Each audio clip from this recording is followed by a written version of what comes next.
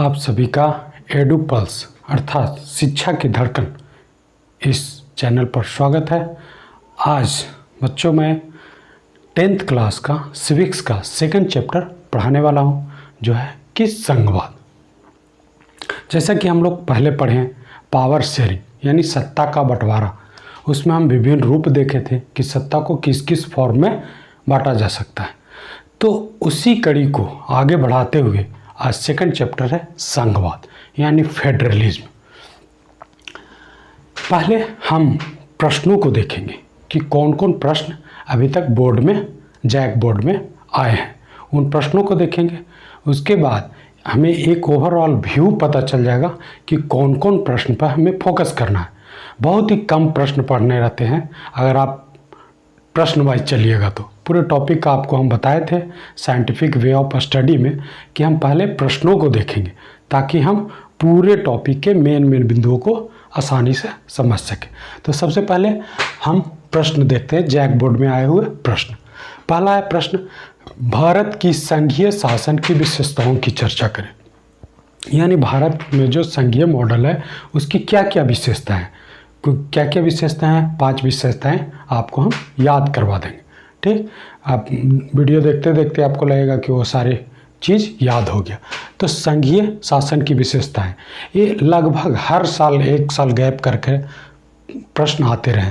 14 में आया, 16 में, 18 में, फिर 20-21 में आया होगा। तो ये लगातार प्रश्न हमेशा यहाँ से पूछे जाते हैं। 100 से 125 वर्ड में देना होता है, यानी टू द पॉइंट आपको आंसर देना होगा।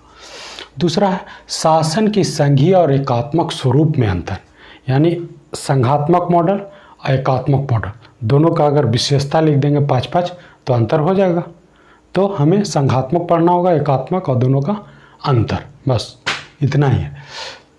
उदाहरण के माध्यम से स्पष्ट करना है। ये भी लगातार आया है 11 में, 17 में, ये प्रश्न आते रहते हैं। तीसरा है संघीय शासन व्यवस्था आमतौर पर कितने तरीकों से गठित होती है, उदाहरण देकर समझाएं। जैसे भारत में संघीय मॉडल है, अमेरिका में संघीय मॉडल है, तो उसका क्या रूप है, उसका क्या प्रकार है। तो संघीय का 2 प्रकार आपको हम बताएंगे, वो ये भी प्रश्न आते हैं। ठीक। चौथा है भारत की संघीय व्यवस्था में बेल्जियम से मिलती जुलती एक विशेषता और उससे अलग एक विशेषता को बताएं। आपको हम सत्ता की साझेदारी पढ़ाए थे जिसमें बेल्जियम और श्रीलंका के बारे में बताए थे। तो बेल्जियम में संघात्मक मॉडल है, भारत में भी संघात्मक मॉडल है। तो क्या भारत और बेल्जियम में क्या अंतर है और क्या समानता है, उसी को बताना है। तो आप देख रहे हो मात्र 4 ही प्रश्न आए हैं, 4 ही को रिपीट किया गया है। बस इतना ही आपको पढ़ना है। टॉपिक बड़ा दिख रहा है लेकिन है बहुत छोटा। फिर आपको हम बार बार बताएं कि हमारा पढ़ाने का उद्देश्य सिर्फ 10th पास करना नहीं, ताकि आपको एक ऑफिसर, भविष्य में आप ऑफिसर बनना चाहें, IAS IPS या BPSC या JPSC, विभिन्न PCS एग्ज़ाम की तैयारी करना चाहते हैं, तो ये टॉपिक वहाँ भी पढ़ना पड़ेगा आपको, और वहाँ भी लगभग इन्हीं प्रश्नों का उत्तर देना होगा। थोड़ा सा विश्लेषण अच्छा हो जाएगा, थोड़ा सा करेंट से जोड़ के सारे फॉर्म यही रहेंगे। देखिए आप, ये BPSC का मैंने प्रश्न लिया जो अभी तक BPSC में पूछे हैं। ठीक, भारतीय संविधान को अर्ध संघीय क्यों कहा जाता है? भारत का संविधान अर्ध संघीय क्यों कहा जाता है? न संघात्मक न एकात्मक, अर्ध संघीय क्यों कहा जाता है? उस पर 39 BPSC में प्रश्न आए हैं। तो अगर आपका ये टॉपिक क्लियर रहेगा तो वहाँ भी आपको फायदा देगा। भारतीय संघात्मक व्यवस्था में केंद्र तथा राज्यों के मध्य तनाव क्षेत्रों को विश्लेषण कीजिए। यानी जब संघात्मक मॉडल है तो केंद्र और राज्य में तनाव होगा, तो तनाव किन किन मुद्दों पर हुआ है अभी से करेंट से जोड़ के इसको लिखना रहेगा। यह 56वीं 67वीं में आया है। भारतीय संघीय ढांचा संवैधानिक रूप से केंद्र सरकार की ओर उन्मुख है, व्याख्या कीजिए। 66वीं BPSC में पूछा है प्रश्न कि भारतीय संघीय संवैधानिक रूप से केंद्र की ओर झुकाव है। यानी सत्ता का तो बंटवारा होगा लेकिन झुकाव किधर है? केंद्र की ओर। तो उसी को पॉइंट वाइज स्पष्ट करना है। आप देखिएगा आपके टॉपिक में ये 2 प्रश्न, 1 नंबर और 3 नंबर, हूबहू एक टॉपिक के डिस्कशन में आ जाएंगे। तो पढ़ने का तरीका ऐसा होना चाहिए कि ना केवल 10th बल्कि भविष्य के लिए भी, आप जब इंटर में जाइएगा, अगर आप पोल साइंस लेते हैं तो वहाँ आपको पढ़ना होगा, ग्रेजुएशन कीजिएगा तो पढ़ना होगा, पीसीएस का एग्ज़ाम दीजिएगा तो पढ़ना होगा। तो आपको एक पॉइंट ऑफ व्यू से पढ़ना है कि हमको ये सदा के लिए, तो उसी तरह से आपको पढ़ाई करना है। आप इन प्रश्नों को क्या करें, एक स्क्रीनशॉट लेके लिख लीजिए, और बाद में मैं एक टेलीग्राम चैनल भी बना दूंगा जहां मेरे द्वारा लिखा हुआ क्वेश्चन आंसर बाकायदा आपको मिल जाएगा, वहां से आप नोट्स भी बना पाएंगे। थैंक्स। पहले इसका स्क्रीनशॉट आप ले सकते हैं तो ले लें।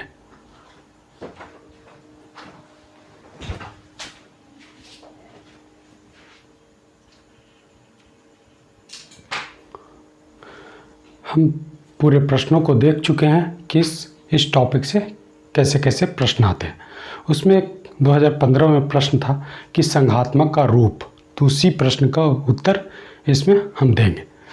देखिए, जितने भी लोकतांत्रिक देश हैं उसको दो भाग में बांट सकते हैं, एक जगह संघात्मक व्यवस्था वाले देश और एकात्मक व्यवस्था वाले देश।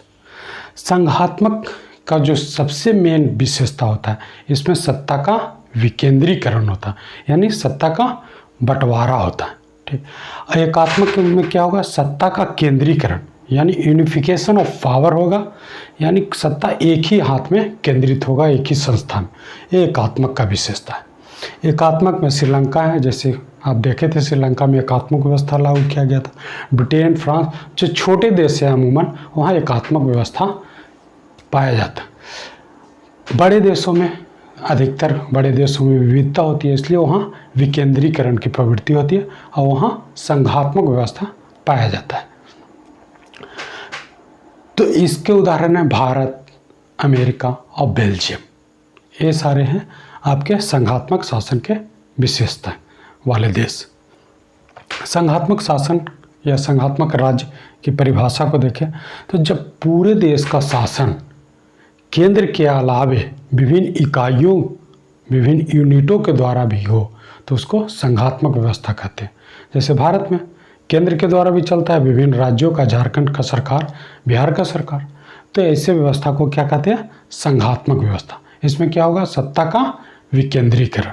तो ये हो गया संघात्मक व्यवस्था का परिभाषा। अब संघात्मक व्यवस्था को दो फॉर्म है, यानी दो प्रकार है, दो तरह के संघात्मक व्यवस्था पाए जाते हैं पूरे विश्व में। एक है अमेरिका वाला मॉडल, एक है भारत वाला मॉडल। अमेरिका में क्या हुआ था, अमेरिका में आप देखिएगा कि जब स्वतंत्र हुआ अमेरिका तो वहाँ के 13 राज्य मिलके एक यूएसए, संयुक्त राज्य अमेरिका की स्थापना की। तो वहाँ राज्य जो है, जो पावर केंद्र को देता है, तो जो भी किसी को अगर देगा सामान तो पहले क्या करेगा, अगर आप किसी को खाने के लिए दे रहे हैं तो सबसे पहले अपना पेट भरिएगा, यानी अपने पास ज़्यादा रखिएगा, दूसरे को कम दीजिएगा। तो ऐसा ही हुआ अमेरिका में। जब अमेरिका वाले जो 13, इस तरह से अमेरिका हो गया, छोटा सा बना देते हैं,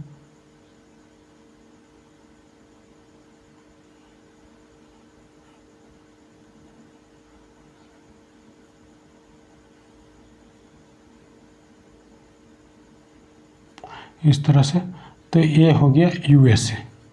यहाँ क्या होगा, विभिन्न 13 राज्य जो थे सब केंद्र को पावर दिए कि हम लोग एक साथ रहेंगे। तो इसमें क्या होगा, केंद्र राज्य जो होगा अपने पास ज़्यादा शक्तियाँ रखेगा। देखिए, समान उद्देश्य की प्राप्ति के लिए कुछ स्वतंत्र राज्य मिलकर एक संघ का निर्माण करते हैं। केंद्र और राज्य दोनों समान अधिकार रखेगा, लेकिन राज्य सरकार के पास थोड़ा ज़्यादा पावर होगा। क्यों होगा, क्योंकि राज्य मिलके संघ बनाया था। भारत में क्या, जस्ट विपरीत हुआ। भारत में क्या, जब भारत आज़ाद हुआ पूरे देश को, तो सब सोचने लगे कि ये बहुत विविधता वाला देश है, तो पावर तो बांटना है, लेकिन पूरी रूप से इतना नहीं बांट देना है कि उन लोग अधिक पावरफुल हो जाए। तो केंद्र अपने पास अधिक शक्तियाँ रखा, राज्य को थोड़ा कम दिया। तो इसमें देखिएगा कि केंद्र क्या होगा, शक्तिशाली हो जाएगा। भारत में क्या है, भारत में क्या हुआ, जब केंद्र बना, केंद्र, तो केंद्र ही सबको बांटा पावर। इसको भी दे दिया, बिहार को दे दिया, यूपी को दे दिया, सबको दे रहा है। तो विभिन्न भाग में बांट रहा है, लेकिन सबसे पास तो अपने पास ही रखेगा शक्ति। तो ये एक भारत वाला मॉडल हुआ। तो दो प्रकार के मॉडल है संघात्मक व्यवस्था। ये आपके 2015 में प्रश्न आए हैं, संघात्मक के प्रकार। तो एक अमेरिका मॉडल जिसमें राज्य के पास अधिक पावर, एक भारत वाला मॉडल जिसमें केंद्र के पास अधिक शक्तियाँ होती हैं। तो इसको आप एक स्क्रीनशॉट लेके लिख लीजिएगा। बाकी मैं टेलीग्राम चैनल पर सारा क्वेश्चन आंसर लिख के दे दूंगा। थैंक्स।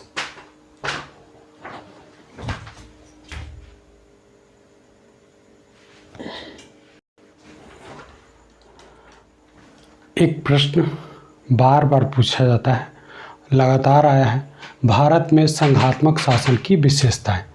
भारत में संघात्मक शासन की विशेषताएं। भारत में संघात्मक शासन की विशेषताएं 14 में आया, 16 में, 18 में, तो लगातार ये प्रश्न आते रहे। और सिविल सर्विसेज में आपको ये प्रश्न देखने को मिल जाएंगे।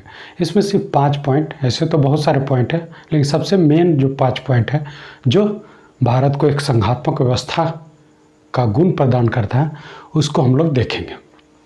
ठीक, सबसे पहले इसमें 2 स्तरों पर सरकार होगा, एक केंद्र स्तर पर, एक राज्य स्तर पर। जैसे भारत में कैसा है, एक केंद्र स्तर पर मोदी की गवर्नमेंट हो गया, राज्य स्तर पर आपके हेमंत सोरेन का गवर्नमेंट हो गया।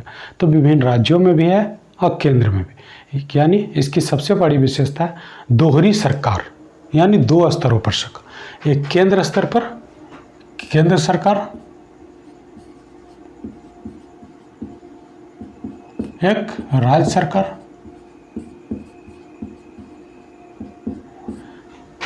इसकी सबसे बड़ी विशेषता होगी 2 स्तरों पर सरकार। बेल्जियम में भी आप देखे थे 2 या 2 से अधिक स्तरों पर सरकार होगी इसमें।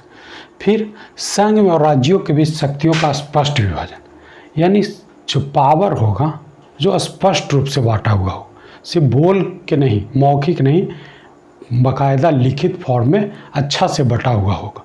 जैसे भारत में सूचियाँ आप लोग पढ़े होंगे, संघ सूची, राज्य सूची और समवर्ती सूची। संघ सूची में 100 विषय, राज्य सूची में 61 विषय और समवर्ती में 52 विषय होते हैं। संघ विषय सूची में वैसे विषय रखे गए हैं जो केंद्रीय महत्व, जो सेंट्रल के लिए जरूरी है, वैसे सारे विषय संघ सूची में रखे गए।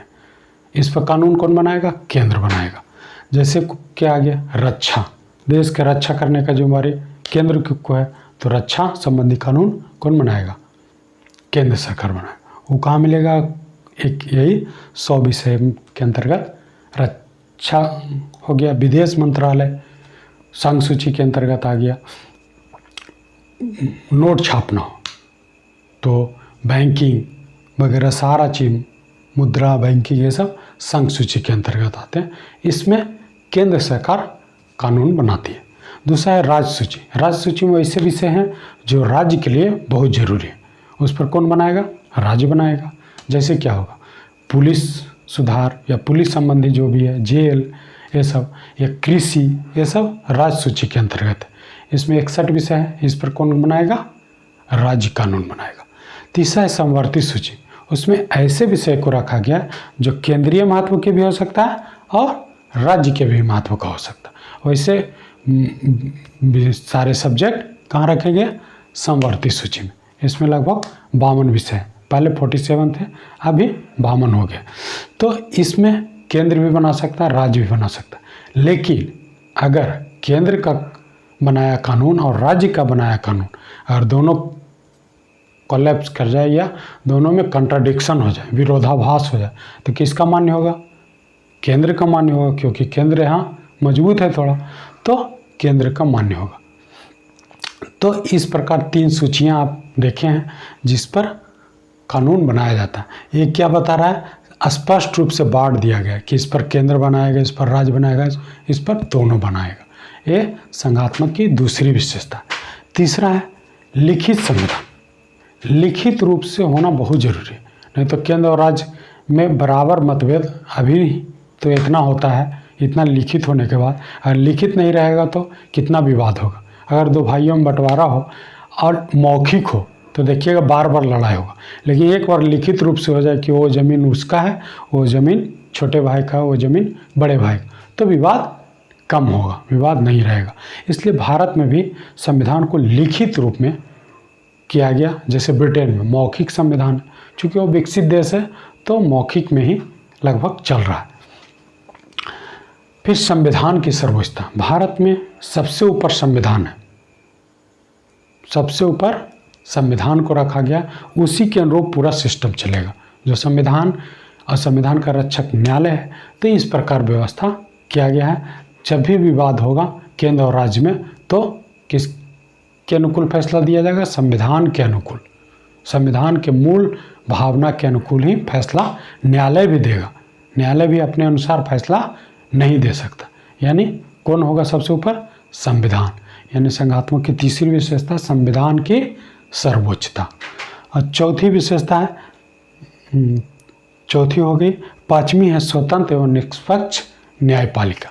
देखिए, न्यायपालिका अगर निष्पक्ष नहीं होगा तब तो ये संघात्मक व्यवस्था चलेगा ही नहीं, क्योंकि केंद्र के पास पहले ही से अधिक शक्तियाँ हैं और न्यायालय को अगर वो अपने गिरफ्त में कर ले तो फिर तो राज्य के पास कुछ बचेगा ही नहीं, जो कहेगा वो न्यायालय फैसला सुना देगा। इसलिए न्यायपालिका को स्वतंत्र रखा गया है, उसको न केंद्र से मतलब है न राज्य से, वो जो संविधान के अनुकूल होगा वही फैसला देगा। तो आपस में जब भी विवाद होता है केंद्र और राज्य में, तो सारा न्यायालय के पास जाता है और वहाँ डिसाइड होता है, न्यायालय अपना डिसीजन सुनाती है। कभी केंद्र के विरोध में भी सुनाती है बहुत सारा डिसीजन। तो इस प्रकार ये पांचों विशेषता जो आपको याद हो गया होगा। पहला है 2 स्तरों पर सरकार होगा, केंद्र और राज्य स्तर।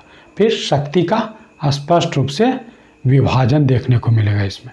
फिर लिखित संविधान होगा, संविधान की सर्वोच्चता होगी, और पांचवा जो है स्वतंत्र एवं निष्पक्ष न्यायपालिका की व्यवस्था होगी।